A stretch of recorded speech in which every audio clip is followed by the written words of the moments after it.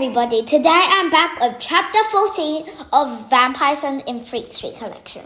Chapter 14. Eventually the car was completely covered in sauce, and the family hid in some nearby bushes to wait for Devin. Maybe she's not coming back, said Mr. Vampire, who was becoming impatient. Oh, he will be back, said Mrs. Vampire confidently. Like all werewolves, Devin has a really keen sense of smell. He won't miss the chance to investigate the armor coming from Vonda's super sticky toffee sauce. Just then there was a loud thudding and the sound of splintering trees. The whole family craned their necks to see what was going on. Out of the forest, a huge creature emerged, even bigger than Mr. Vampire remembered, and his mouth glinted at something familiar. At first, Devin sniffed the air, then he bounded towards the vampire's car. Look, he's drawing, hissed Vinny. We should have brought an umbrella. Incoming cheesy feet! No one can resist my sauce, whispered Vonda proudly. Then, with a huge snarl, the giant werewolf prepared to sink his teeth into the toffee-covered car. But first, his massive tongue lolled out and took a great big greedy lick of the delicious sauce. The werewolf had taken the bait.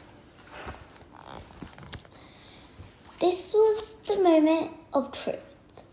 Would Devin simply jump through the car and then get to work on the dam, or would the sticky toffee sauce work? At first, Devin seemed confused. Then slowly his teeth started to look shut. He could even prise his own jaw open. He growled angrily at the vampires who'd begun emerging from their hiding. Hooray, it works! Cried Vonda.